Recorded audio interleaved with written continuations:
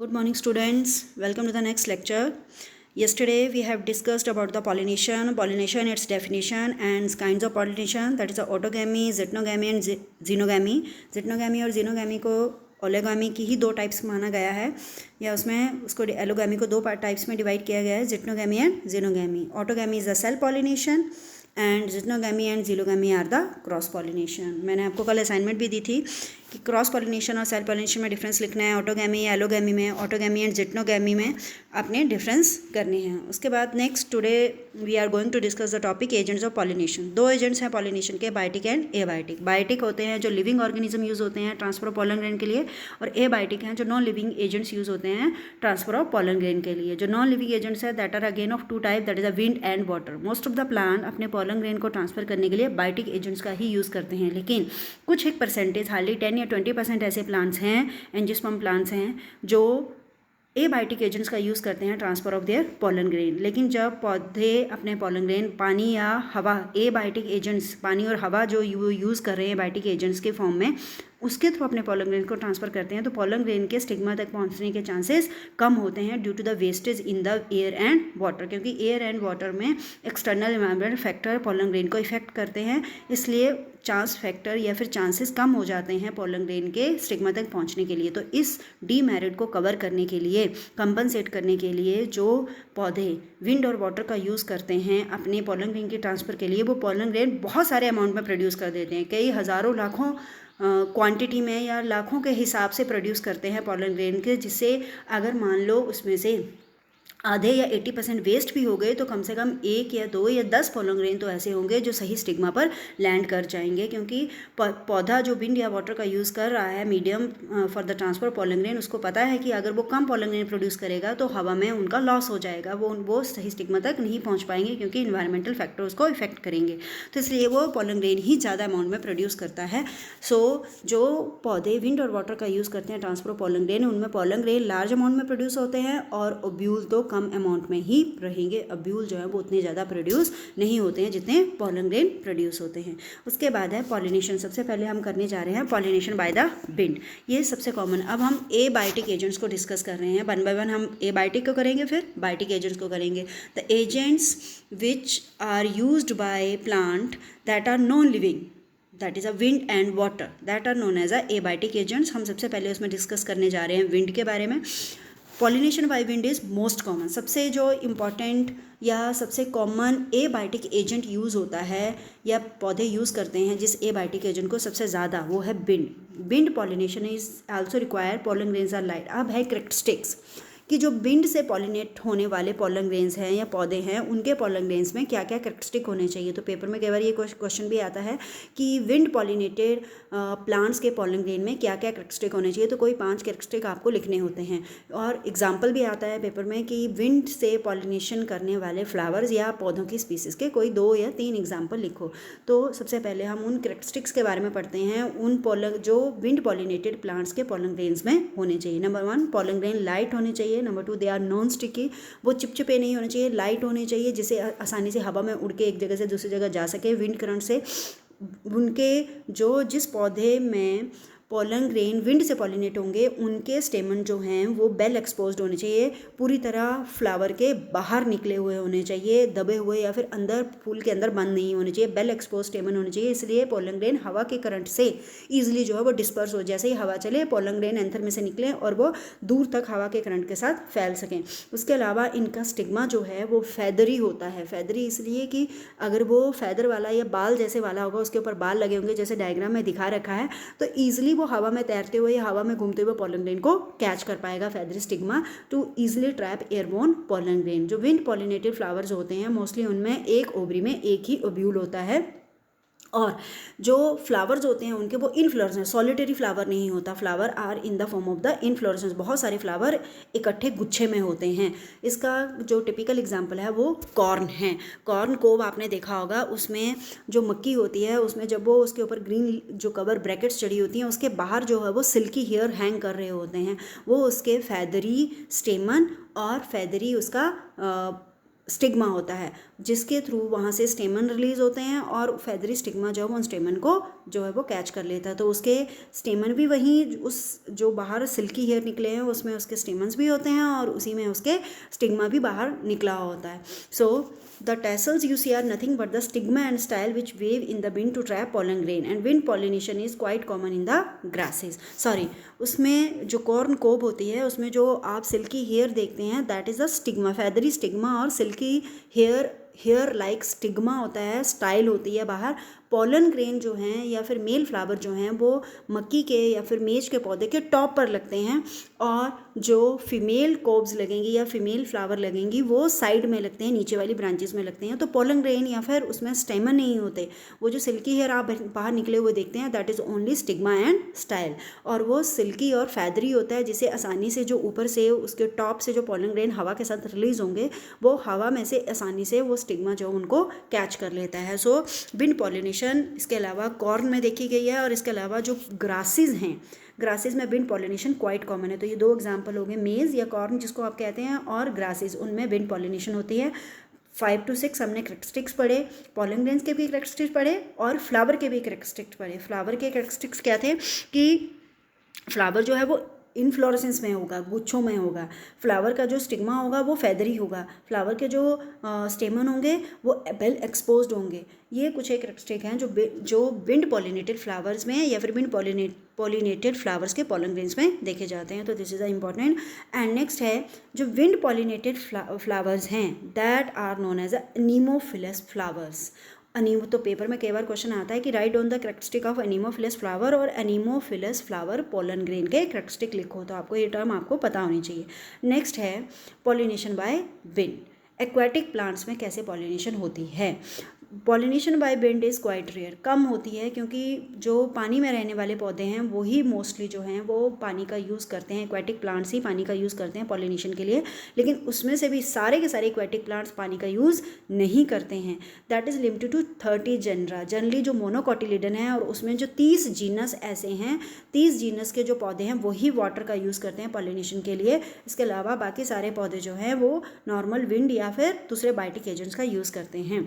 Then lower plant जो होते हैं जैसे एल्गे, ब्रायोफाइट, टेरिडोफाइट, इनमें तो पानी ही यूज़ होता है as a medium for the pollination और medium for the transfer of pollen grain. क्योंकि आपने सुना होगा और आपने पहले पढ़ा भी है 11th में कि ब्रायोफाइट्स को एम्फीबियंस ऑफ प्लांट किंगडम भी कहा जाता है because they require a film of water for the transfer of sperm और transfer of pollen grain from the male flower to the female flower. तो जो लोअर ग्रुप ऑफ प्लांट्स है algae, bryophyte and pteridophyte, उनमें तो पानी ज़रूरी ही है pollination के लिए भी और फर्टिलाइजेशन के लिए, जिसका कुछ एक उसके बाद है। नेक्स्ट है वाटर पॉलिनेटेड प्लांट्स। अब हम हायर प्लांट्स की बात करें तो ऐसे प्लांट्स जो वाटर के थ्रू पॉलिनेशन करवाते हैं उनके एग्जांपल है वेलिसिनेरिया एंड हाइड्रेलिया। सो जो वेलिसिनेरिया है that is which grow in fresh water and several time marine sea grass such as Zostera. Vallisneria, Hydrilla और जोस्टीरा, ये तीनों प्लांट जो है वो वाटर पॉलिनेटेड प्लांट्स हैं। इसमें से हाइड्रेलिया फ्रेश वाटर प्लांट है और जोस्टीरा मैरीन सी ग्रास है। तो ये सारे ही वाटर जो है वो उसको एजेंट को यूज़ करते हैं फॉर द पॉलिनेशन। इसके अलावा हाइंथ और वाटर लिली, इनके ये भी जो है वो वाटर को यूज़ करते हैं for the medium of the pollination. So जो वेलिसिनेरिया, हाइड्रेलिया और जोस्टीरा है, तीन प्लांट जो हमने पढ़े, जिसमें से हाइड्रेलिया फ्रेश वाटर है, वेलिसिनेरिया भी फ्रेश वाटर है और जोस्टीरा मैरीन सी ग्रास है, ये वाटर का यूज़ करते हैं फॉर द पॉलिनेशन। लेकिन इसमें से हाइंथ और वाटर लिली ये मोस्ट कॉमन एक्वेटिक प्लांट्स हैं, लेकिन ये पानी का यूज़ नहीं करते हैं for the pollination. They use insect और wind for the pollination and like the most land plant, जैसे लैंड प्लांट करते हैं विंड और इंसेक्ट का यूज़ करते हैं पॉलिनेशन के लिए मोस्टली, वैसे ही हाइंथ और वाटर लिली भी उन्हीं का यूज़ करते हैं रेदर देन एक्वेटिक प्लांट्स होने के बाद भी ये पानी का मीडियम का यूज़ नहीं करते हैं। सबसे पहले हम डिस्कस करेंगे वेलिसिनेरिया कि इसमें पॉलिनेशन कैसे होते हैं। वेलिसिनेरिया में जो फीमेल फ्लावर हैं वो पानी की सरफेस के तक पहुंच जाते हैं बिकॉज उनकी स्टॉक काफ़ी लंबी होती है। और मेल फ्लावर जो हैं वो पोलन ग्रेन कहाँ रिलीज़ करते हैं, उसके बाद they release their pollen grain over the surface of the water. जब फीमेल फ्लावर जो हैं वो ऊपर तक पहुंच जाते हैं, female flower usually have a long stalk and they reach above the surface of the water, और सरफेस ऑफ वाटर के बिल्कुल टच में रहते हैं। उसके बाद पोलन ग्रेन जो रिलीज़ होते हैं मेल फ्लावर से वो भी पानी की सरफेस के ऊपर ही रिलीज़ होते हैं। तो पानी के साथ तैरते तैरते वो पोलन ग्रेन जो हैं वो फीमेल किसी एक एक वेलिसिनेरिया पौधे के पॉलन ग्रेन्स जो हैं वो किसी दूसरे वेलिसिनेरिया के पौधे के स्टिग्मा के साथ टच हो जाते हैं और उसको फर्टिलाइज कर देते हैं, उसकी ओवरी उसके ओब्यूल को फर्टिलाइज कर देते हैं। सो क्रॉस पॉलिनेशन होती है जिसमें जो पॉलन ग्रेन है they are also released over the surface of the water, female flowers are also above the top of the water और on the surface of the water, और इस तरह से वो पॉलन ग्रेन जो हैं वो पानी के बहाव के साथ आते हैं और फीमेल फ्लावर को वहाँ पे पॉलिनेट कर देते हैं। देन लिखा हुआ है इसमें दैट इज़ कि they are carried passively by the water current, जिसमें डायग्राम में 2.11 ए डायग्राम में दिखा रखा है। ये देखिए फीमेल फ्लावर है, female flower at the top of, काफ़ी लंबी स्टॉक है, आप देख रहे हैं लेबल किया हुआ, स्प्रिंग की तरह लंबी स्टॉक होती है इसकी, और ये पानी की सरफेस के ऊपर तैर रहा होता है। उसके बाद पॉलन ग्रेन भी कहाँ रिलीज होते हैं, दैट इज जब मेच्योर हो जाता है पॉलन ग्रेन भी मेच्योर हो जाता है एंथर, तो वो भी अपने पॉलन ग्रेन जो वो पानी की सरफेस के ऊपर रिलीज कर देता है।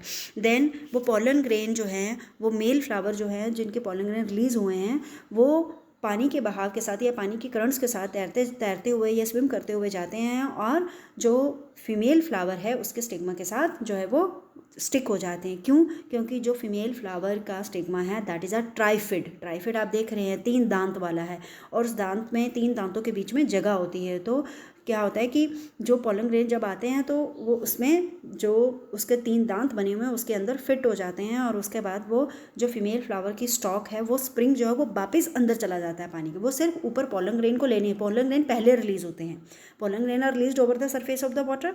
उसके बाद फीमेल फ्लावर मेच्योर होता है और वो अपने स्टॉक को लंबी करता है और ऊपर जाता है, पानी के ऊपर की सतह के ऊपर जाता है, और ऊपर जो तैर रहे होते हैं पॉलन ग्रेन वो उसके टूथ में कैप्चर हो जाते हैं। उसके बाद जैसे ही पॉलन ग्रेन वहाँ टूथ के बीच में कैप्चर हुए, 3 टूथ के बीच में, वो जो लॉन्ग स्टॉक थी स्प्रिंग लाइक वो दोबारा स्प्रिंग कॉइल्ड हो जाता है और फिर से फीमेल फ्लावर नीचे आ जाता है, पानी के नीचे आ जाता है, और वहाँ पे उसकी फर्टिलाइजेशन होती है और उसके बाद आगे की प्रोसेस स्टार्ट होती है। तो फीमेल फ्लावर ऊपर सिर्फ पॉलन ग्रेन को कैप्चर करने जाता है और उसके बाद फिर नीचे हो जाता है। तो पहले पॉलन ग्रेन सरफेस के ऊपर रिलीज हो चुके होते हैं वेलिसिनेरिया में। तो this is the mechanism of pollination, और this is the mechanism of transfer of pollen grain to the female flower in case of the वेलिसिनेरिया।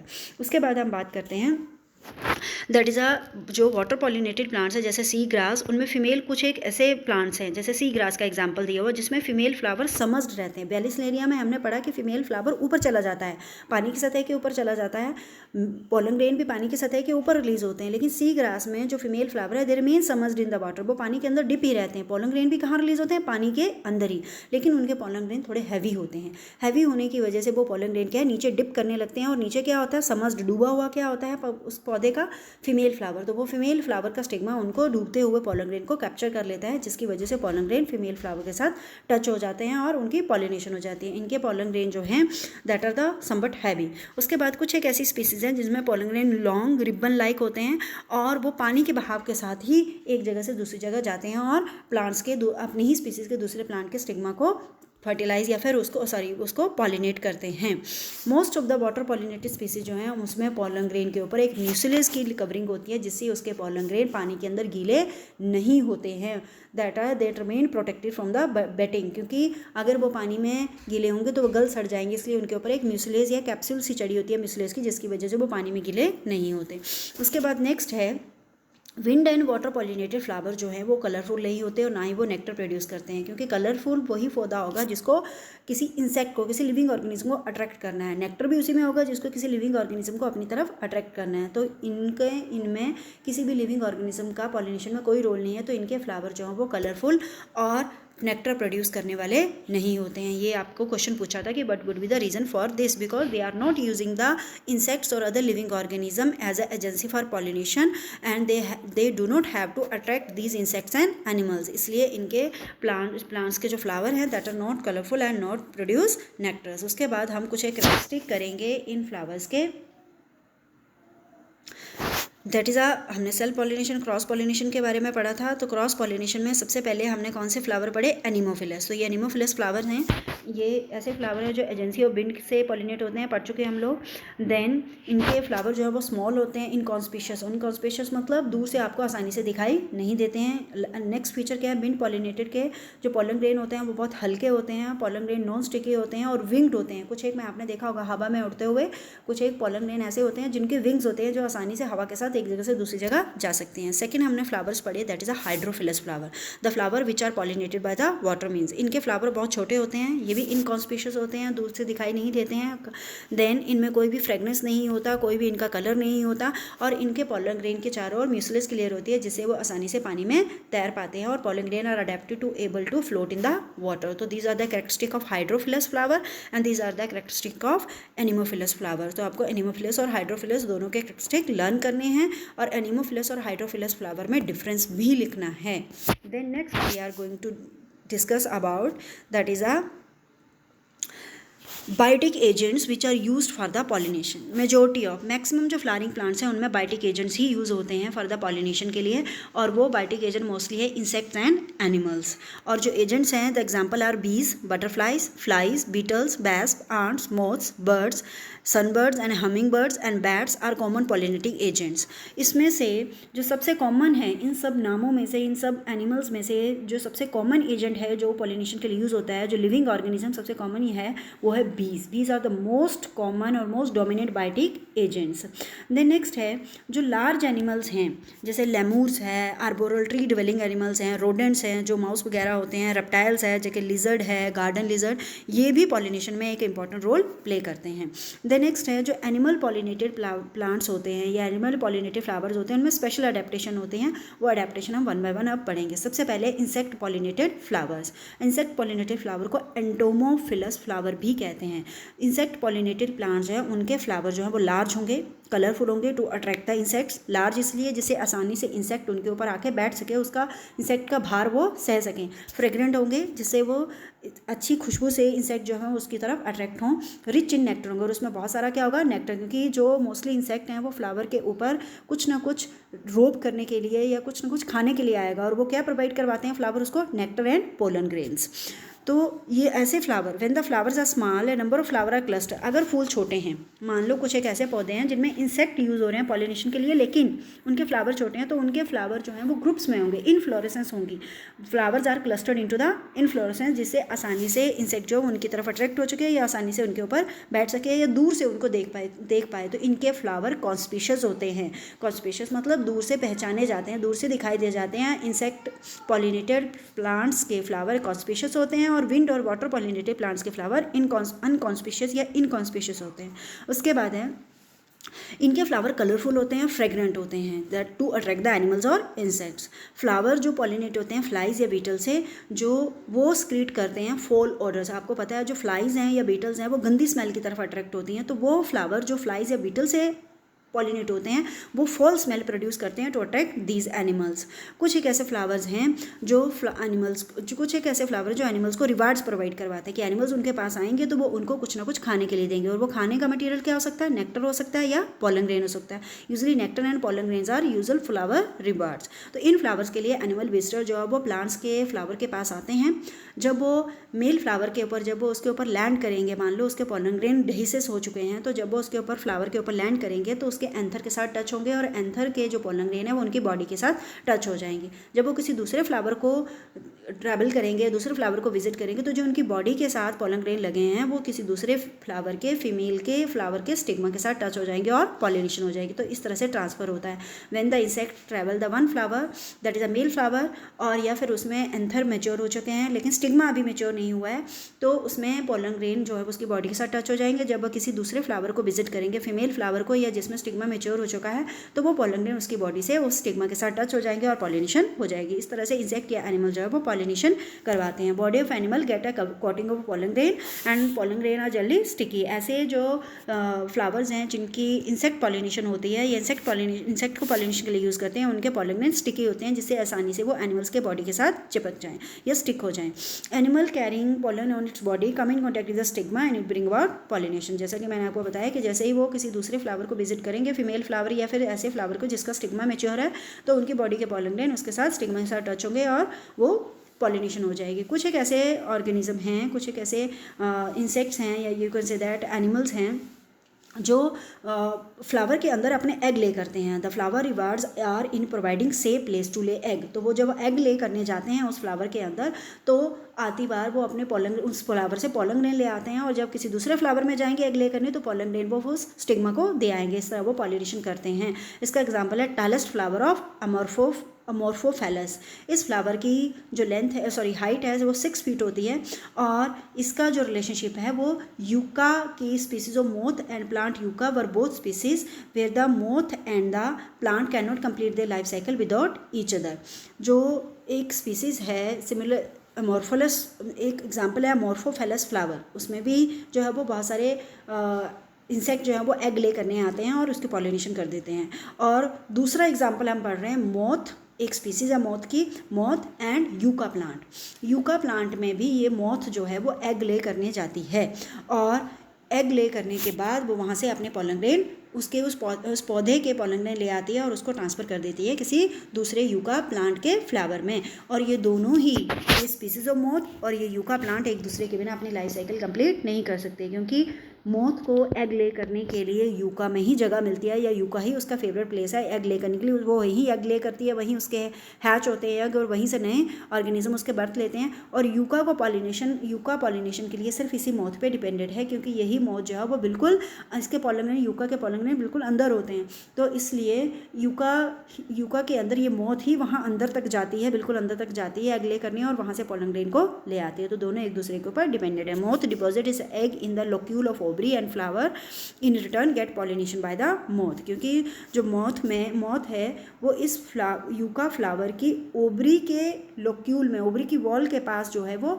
Egg ले करने जाती है। तो जब वो वहाँ जाती है तो जो उसकी बॉडी के साथ पोलन ग्रेन होते हैं वो वहाँ जाके ओवरी के पास लैंड हो जाते हैं, या ओवरी के साथ टच हो जाते हैं, और फर्टिलाइजेशन हो जाती है। और उसके बाद जो वो वहाँ पे एग ले करती है उसमें से लार्वा निकलते हैं, और लार्वा जो है that's as the seed start developing, जैसे जैसे सीड डेवलप होता है वो लार्वा भी डेवलप होते हैं, और वहाँ से नए मोथ जो है वो बर्थ लेना शुरू कर देते हैं। देन इसमें कुछ एक क्वेश्चन आप लोगों को बता रखे हैं। Why do not you have observe some flower of flowering, आपने चारों और कुछ फ्लारिंग प्लांट्स है जैसे कुकुम्बर, मैंगो, पीपल, कॉलोनी, इनके बारे में ऑब्जर्व कीजिए और देखिए कि इनमें कौन कौन से एनिमल विजिट करते हैं और वो किस तरह से पॉलिनेशन करते हैं। उसके कुछ ही दिनों में आपको पता चल जाएगा कि कौन से फ्लावर के पास, आपके जो चारों और कॉमन प्लांट्स हैं उनमें कौन सा फ्लावर के पास, कौन से प्लांट के फ्लावर के पास कौन सा इंसेक्ट आता है और किस तरह से वो पॉलिनेशन करता है। उसके बाद then you could also try to see whether there is any correlation in the characteristic of flower to the animal that visit, कि जैसा इंसेक्ट या जैसा एनिमल उस फ्लावर के पास आ रहा है तो उन दोनों के कोई ना कोई कैरेक्टरिस्टिक एक दूसरे से क्या हो रहे हैं, मैच हो रहे हैं, या एक दूसरे से उनके कैरेक्टरिस्टिक जो है एक दूसरे पे डिपेंडेंट हैं। अगर इंसेक्ट बड़ा है तो हो सकता है जिस फ्लावर के ऊपर वो बैठेगा वो फ्लावर भी कैसा होगा, बड़ा होना चाहिए साइज़ का। तो इस तरह से आपको रिलेशन भी दिखाई देंगे। उसके बाद है बहुत सारे ऐसे इंसेक्ट्स हैं या फिर बहुत सारे ऐसे एनिमल्स हैं जो फ्लावर के पास आते हैं उनसे कुछ लेने के लिए, रिवार्ड लेने के लिए, जैसे पोलन ग्रेन और नेक्टर, ये दो रिवार्ड प्लांट का फ्लावर जो है वो एनिमल्स को या इंसेक्ट को देता है। लेकिन कुछ एक एनिमल्स और इंसेक्ट क्या करते हैं कि वो रिवार्ड तो ले जाते हैं लेकिन उस फ्लावर की कोई हेल्प नहीं करते, उसकी पॉलिनेशन में कोई जो है वो रोल प्ले नहीं करते या उसकी पॉलिनेशन नहीं करवाते हैं। Such flower visitor are known as a pollen robbers और नेक्टर रोबर, की वो सिर्फ नेक्टर या पोलन चुरा के चले जाते हैं और पौधे की पॉलिनेशन या फ्लावर की पॉलिनेशन नहीं करवाते हैं। That are known as a nectar robbers. तो कई बार 1 मार्क का क्वेश्चन आ जाता है कि what do mean by nectar Rober. उसके बाद नेक्स्ट टॉपिक है आउटब्रेक डिवाइसिंग, ये हम कल डिस्कस करेंगे। एक बार आपने आगे नेक्स्ट टॉपिक रीड करने हैं। Then next we are going to discuss about the some characteristics of zoophilous flowers. हमने पढ़ लिया उन फ्लावर्स के बारे में जो एनिमल की यूज़ करते हैं for the transfer of their pollen grain, that type of plants or that type of flower which are using the agents of living organism or using the agents of animals for the transfer of their pollen grain or for the pollination, that are known as a zoophilous flower, जो animals का use करते हैं as a pollinating agents. जैसे बहुत सारे ऐसे flowers हैं जो ह्यूमन बीइंग, बैट्स या बर्ड्स का यूज़ करते हैं for the transfer of their pollen grain. उन फ्लावर्स को जूफिलस फ्लावर्स कहा जाता है। इनके पोलन ग्रेन का क्या कैरेक्टरिस्टिक है, इनके पोलन ग्रेन स्टिकी होते हैं जिससे वो आसानी से उस एनिमल की बॉडी के साथ स्टिक हो जाते हैं और एक जगह से दूसरी जगह ट्रांसफ़र हो जाते हैं। इन प्लांट्स के जो फ्लावर हैं वो लार्ज साइज़ के होते हैं। The size of the flower should be large, जिससे आसानी से ह्यूमन बींग्स, बैट्स, बर्ड जो हैं वो उनको टच कर सकें या उनके ऊपर बैठ सकें, बर्ड्स बैठ सकें। They are rich in the nectar, वो रिच इन नेक्टर होते हैं क्योंकि बर्ड्स या बैट्स वगैरह, ह्यूमन बींग्स वगैरह किसी ना किसी नेक्टर या किसी और दूसरी चीज़ के लिए उसके ऊपर विजिट करते हैं। मोस्टली बर्ड जो हैं वो नेक्टर के लिए ही उन फ्लावर्स को विजिट करते हैं। अगर वो फ्लावर जो हैं वो बैट से पॉलिनेट हो रहे हैं तो the term used for the pollination is ornithophyly. The flowers which are pollinated by bats are known as a ornithophilous flower, and that process of pollination by the bat is known as a ornithophyly. So next है एंटीमोफिलिक flower, जो ऐसे flower है that are pollinated by the insects, जो animal से transfer होते हैं, जो animal से पॉलिनेट होते हैं, दैट आर द जूफिलस। उन एनिमल्स में ह्यूमन बींग्स भी आ गए, बैट्स भी आ गए, बर्ड्स भी आ गए। और जो इंसेक्ट से पॉलिनेट होते हैं दैट आर द एंडोमोफिलस। तो इनके क्या क्या कैरेक्टरिस्टिक्स हैं? इनके फ्लावर जो हैं वो अट्रैक्टिव होते हैं, जिससे इंसेक्ट ईजिली इनकी तरफ अट्रैक्ट हों। ब्राइट कलर के पेटल्स होते हैं, फ्रेग्रेंट होते हैं, जिससे इंसेक्ट इनको विजिट करें, उस स्मेल की तरफ, उस फ्रेग्रेंस की तरफ आएँ। उनके स्टिग्मा ब्रॉड होते हैं। Anther to allow the insect to purchase, इसलिए एंथर जो हैं और स्टिग्मा जो है वो ब्रॉड होते हैं, जिससे आसानी से इंसेक्ट जो है वो उनको टच कर सके। इंसेक्ट पॉलिनेटेड फ्लावर जो है बहुत सारा नेक्टर सिक्रीट करते हैं, जिससे इंसेक्ट उनकी तरफ आएंगे, उनको खाने के लिए कुछ मिलेगा, इसलिए वो उस फ्लावर की तरफ आएंगे और इन रिटर्न उनकी पॉलिनेशन में हेल्प करेंगे। इनका पॉलन ग्रेन जो है वो स्पाइनी होते हैं और एक्सटेंशन होती हैं उनमें, जिससे वो आसानी इंसेक्ट की बॉडी के साथ स्टिक हो जाते हैं। तो ये कुछ एक कैरेक्टरिस्टिक हैं एंडेमोफिलस फ्लावर के। उसके बाद है ornithophilous flower, the flower that are pollinated by birds. एक करेक्शन है, जो फ्लावर बर्ड से पॉलिनेट होते हैं दैट आर द ऑरिंथोफिलस, और जो बैट से पॉलिनेटेड होते हैं दैट इज अ कायरोफिलस या कायरोफिली कहा जाता है उसको, CHIRO, कायरोफिली। तो ये करेक्शन कर लेना। ऑरिंथोफिलस फ्लावर जो है जो बर्ड से पॉलिनेट होते हैं और जो बैट्स होते हैं वो कायरोफिली कहा जाता है, उसको कायरोफिलस फ्लावर्स होते हैं। वेरी फ्यू, बहुत ही कम फ्लावर्स हैं जो बर्ड से होते हैं पॉलिनेट। दैट आर द जो हमिंग बर्ड हैं या जो स्मॉल साइज़ के बर्ड हैं, मोस्टली वही बर्ड जो है वो छोटे साइज़ के होते हैं, मोस्टली वही बर्ड जो हैं वो इसकी फ्लावर की पॉलिनेशन में जो है वो हेल्प करते हैं। जो बहुत बड़े लार्ज साइज़ के बर्ड है जैसे सन बर्ड है, ये फ्लावर के ऊपर नहीं बैठ सकते, लेकिन ये बर्ड जो है वो उसकी बीक लंबी होती है, इसलिए ये फ्लावर के चारों ओर बम्बरिंग करता रहता है, घूमता रहता है और अपनी बीक जो है उस फ्लावर के अंदर डालता है, जिसकी वजह से वो वहाँ से नेक्टर ले आता है और बीक के साथ अपने पॉलन ग्रेन भी ले आता है, और किसी दूसरे को जब विजिट करेगा नेक्टर के लिए तो वो पॉलन ग्रेन वहाँ ट्रांसफ़र कर देते हैं। और ऑरिंथोफिलस फ्लावर के क्या कैरेक्टरिस्टिक होते हैं कि मोस्टली ये फ्लावर लार्ज साइज़ के होते हैं, रिच इन नेक्टर होते हैं, और मोस्टली ये फ्लावर ट्यूब शेप होते हैं या बेल शेप होते हैं, जिससे इनसे आसानी से नेक्टर टपकता रहता है और फ्लावर को विजिट करने के लिए वो बर्ड जो है वो आते रहते हैं उस नेक्टर के लिए और आसानी से उसके अंदर अपनी बीक डाल सकते हैं। These are the characteristic of Ornithophilus flower. So this is all for today.